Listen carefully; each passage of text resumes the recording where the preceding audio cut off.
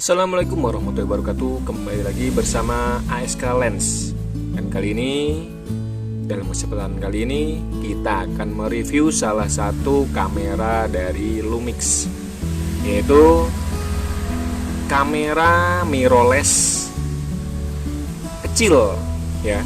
Kamera mirrorless lumayan kecil, keluaran dari Lumix, yaitu kamera Lumix GF9. Ini dia, kamera Lumix GF9. Ini adalah salah satu mirrorless terkecil dari Lumix. Dan walaupun kecil, dia cabai rawit. Nanti kita akan ngebahas sekilas tentang spesifikasinya, terus tentang kelebihannya, dan tentang tampilannya. Kita mulai dari bagian depan dulu. Ini adalah kamera Lumix GF9 atau ini dia, DC GF9. Dari bagian depan di sini ada sensor kalau misalkan AF gitu ya. Ini lampu sensor itu, sensor AF atau apa sebutannya. Terus di sini ada untuk melepas kap lensa atau lensa. Nah, di sini terlihat sensornya langsung karena ini mirrorless. Jadi sensornya. Setelah itu di sini ada tulisan Leica. Kita tutup biar nggak debuan ya. Di sini ada tulisan lambang L atau Leica. Terus bagian samping bisa kita lihat. Di sini bagian sampingnya bisa kita lihat untuk HDMI dan untuk micro USB. Ini untuk ngecas juga bisa di sini. Setelah itu di bagian sini nggak ada apa-apa, tapi di sini ada untuk speakernya dia dari sebelah sini. Terus untuk bagian bawahnya itu ini untuk tripod, dan ini untuk baterai, dan ini dia. Untuk Lumix GF9 ini dia menggunakan micro USB. Kalau misalkan Lumix di bawahnya atau kakak-kakaknya atau sebutan kakaknya atau adiknya ya, pokoknya Lumix GF1, GF2, GF3 sampai GF6 itu menggunakan SD, dan ini menggunakan micro SD. Lalu bagian atas bisa kita lihat di sini ada FN, ini untuk foto apa ya, multi frame atau banyak, ini tuh banyak. Di sini ada juga 4K, udah 4K, kecil-kecil gitu ya, udah 4K ya. Terus sini ada tombol on off, di sini ada flashnya nih. Nah, ya ini flashnya. Setelah itu di sini ada tombol menu atau dial menu. Setelah itu sudah, di sini ada micnya di sini nih. Micnya udah stereo. Setelah itu di bagian belakangnya atau bagian sininya ini udah ada apa, anti goresnya, jadi agak kena minyak gitu ya, tapi nggak apa-apa lah. Di bagian sini ada layar, bisa kita lihat layar. Setelah itu ada tombol-tombol. Ini ada tombol di sini untuk rekam, terus ada ini untuk melihat hasil. Di sini ada untuk atur speed atau atur F di sini. Terus di sini ada tombol display, tampilan display. Terus ada tombol untuk menghapus, ada menu, ada WB, ada timer, dan lain sebagainya. Lebih seperti itu. Dan kita coba akan membahas tentang spesifikasinya. Walaupun kamera kecil ini, ya kan, kamera Lumix kecil maksudnya ya, dia sudah 4K seperti kita lihat tadi. Ini resolusinya sendiri dia menggunakan 16 megapiksel dan sensornya menggunakan micro four third, susah nyebutnya. Intinya micro 4/3.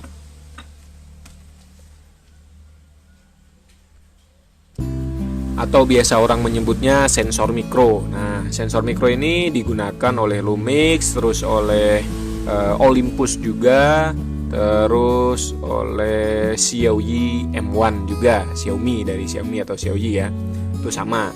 Dan kelebihan dari si mounting micro 4/3 ini atau micro four third itu dia bisa dipakai beberapa kamera gitu. Maksudnya bisa dipakai di Lumix, bisa di kamera Olympus atau Xiaomi M1 itu, M1 itu ya. Itu bisa dipakai di situ. Kalau misalkan yang lain kan harus pakai adapter, harus pakai mounting lainnya dan lain sebagainya lah pokoknya. Dan kelebihannya itu salah satunya, dan sudah 4K lebihnya juga nih, karena walaupun kecil-kecil ya udah 4K, udah support videonya juga sudah support 4K, sudah 4K. Tapi kalau saya pribadi lebih suka menggunakan yang Full HD aja udah cukup, karena untuk 4K segala, untuk pengeditan dan lain sebagainya. Jadi ya karena belum mumpuni, akhirnya saya masih menggunakan yang lebih saya sering gunain juga memang Full HD format resolusinya. Setelah itu kita akan coba melihat menu-menunya. Udah nyala nih. Bentar. Kita akan coba pasang lensa biar asik ya. Saya menggunakan lensa manual, yaitu lensa Takumar 55mm f1.8. Ini dia. Kalau misalkan menggunakan lensa ini, karena ini memang lensa jadul atau lensa sudah lama, harus menggunakan mounting. Dia mountingnya kalau Takumar itu M42, jadi harus menggunakan mounting M42 tuh M4 atau micro 4/3 gitu ya. Nah ini dia. Ini salah satu lensa yang saya favoritkan, atau memang lensa favorit untuk bokeh-bokehan. Ini dia nih. Dan kita akan coba melihat menu-menunya ya. Ini dia. Atau settingannya. Kita coba akan lihat ke menu di sini. Menu dari untuk si fotonya sendiri. Ini karena menggunakan AI, sebentar kita putar ke manual. Ini ada putar standar stylenya, mau menggunakan apa. Kalau saya lebih suka menggunakan natural, biar natural. Terus filternya, terus aspek rasionya, kalau aspek rasio 4:3 dia bisa 16 megapiksel. Tapi untuk yang saya sering gunakan, karena sering untuk YouTube, itu menggunakan 16:9, jadi dia hanya 12 megapiksel, tapi nggak masalah. Ini bisa juga RAW juga di sini, JPEG plus RAW juga bisa, tapi saya menggunakan JPEG aja biar nggak terlalu banyak. Nih, tapi kalau misalnya untuk yang suka foto-foto atau sering ngotak-ngatik foto, itu lebih bagus menggunakan si RAW. Terus di sini ada sensitivity untuk ISO-nya ya. Ini bisa diatur. Terus di sini ada fokus mode manual setting, karena ini menggunakan lensa manual jadi nggak kedetek. Terus sini ada 4K foto dan lain sebagainya. Nah, ini di sini. Terus untuk videonya sendiri, ini banyak. Ini ada untuk sensitivitas mic-nya, saya menggunakan yang 4 atau yang paling sensitif. Terus ada juga noise untuk noise angin gitu ya. Ini ada filternya lah, bisa dibilang seperti itu. Terus ada juga ini flicker res. Itu bacanya apa deh. Terus ada juga digital zoom, ada tele converter, continuous atau fokus. Nah, ini bisa formatnya bisa VCHD atau bisa MP4. Saya lebih suka MP4 karena biasanya langsung ngambil gambar, langsung saya edit, bisa langsung kalau ngeditnya di HP itu bisa langsung ke editing, nggak usah perlu di convert lagi. Nah, ini yang saya lebih suka, menggunakan Full HD 60 frame per second. Untuk slow-mo asik nih. Ini juga bisa 4K 30 frame per second, ada 25, ada 24 juga. Tapi yang sering saya gunain adalah Full HD 60 frame per second. Nih, setelah itu ini untuk menu-menunya seperti ini. Ini ada kalau misalnya kita menggunakan lensa menggunakan lensa yang aftermarket atau bukan lensa auto, harus di ini juga menggunakan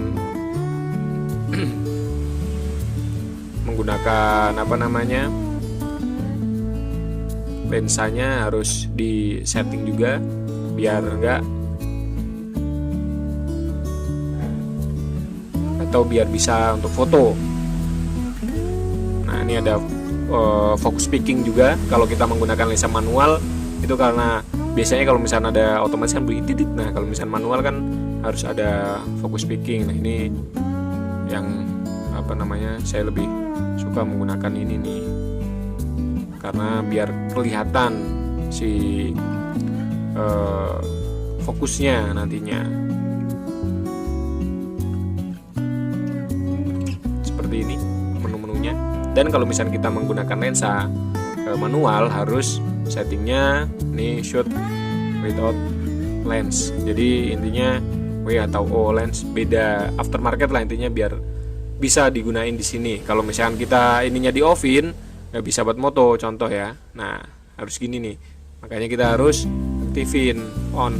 Nah, baru bisa buat moto. Jadi seperti itu. Oke, dan kita akan coba nanti foto-foto menggunakan lensa ini dan kamera ini, dan hasilnya bagaimana, terus seperti apa, mungkin teman-teman nanti bisa menilainya. Jadi mudah-mudahan bisa jadi referensi buat teman-teman. Kita akan coba mengetes lensa dan kamera Lumix GF9 ini. Mari kita.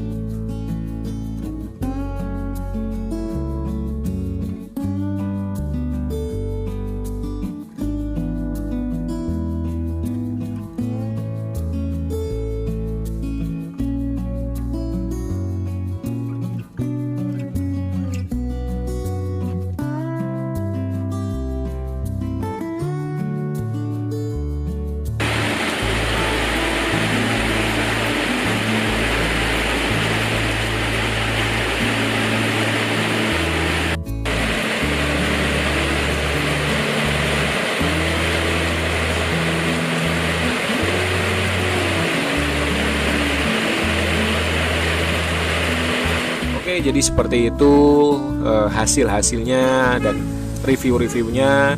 Mudah-mudahan bisa jadi referensi atau informasi buat teman-teman yang ingin membeli Lumix GF9 ini. Dan kamera ini mau dijual. Memang ASK Lens menjual peralatan seperti kamera, lensa-lensa, dan lain sebagainya. Untuk kamera ini shutter count-nya kurang lebih sekitar masih 8.000 dan masih sangat layak banget dipakai. Dan ya seperti ini penampakannya, masih ya mulus lah ya, masih bisa dibilang mulus dan masih oke. Jadi buat teman-teman yang ingin mendapatkan kamera ini bisa hubungi ASK Lens. Kamera ini dijual dengan harga 3 juta rupiah. Jadi ini tanpa lensa ya, body aja, body only 3 juta rupiah. Jadi kalau misalnya menggunakan lensa nanti beda lagi, lensanya juga harganya beda-beda. Terus kalau misalnya teman-teman bisa cek juga di Instagram ask.lens, atau di Shopee-nya juga ada ASK Lens, atau bisa hubungi juga di ASK-DV, atau bisa langsung datang juga ke tokonya, bisa langsung datang ke workshopnya itu bareng dengan ASK-DV di Jalan Tersono Limpung, Desa Tersono, Kecamatan Tersono, Kabupaten Batang, Jawa Tengah. Tepatnya di seberang MTS Nursalam Tersono. Jadi bisa langsung datang ke situ, bisa langsung nanya-nanya, lihat-lihat. Banyak juga stok-stok kamera atau stok lensa juga di situ. Jadi monggo silahkan, bisa langsung datang saja atau ke IG-nya. Oh iya, ada beberapa kelebihan dari kamera ini ya. Ini bisa buat vlog-vlog kayak gini. Lupa tadi nggak di. Nah, ini bisa dibalik sini. Dan yang paling saya suka, kamera ini bisa dicas dengan menggunakan power bank. Nah, ya, jadi ini artinya sama kayak HP atau bisa menggunakan power bank. Jadi kalau misalnya kita pas lagi jalan-jalan, bisa pas lagi apa, nggak pasti copot baterai terus harus dicas dulu atau bagaimana. Kita bisa menggunakan si power bank atau kita bisa menggunakan charger HP gitu ya. Oke, mungkin cukup sekian videonya tentang Lumix GF9 ini. Mudah-mudahan bermanfaat buat teman-teman semua, buat informasi, atau teman-teman yang pernah memakai kamera ini bisa share pengalamannya ke teman-teman lainnya yang ingin mungkin butuh referensi atau butuh informasi.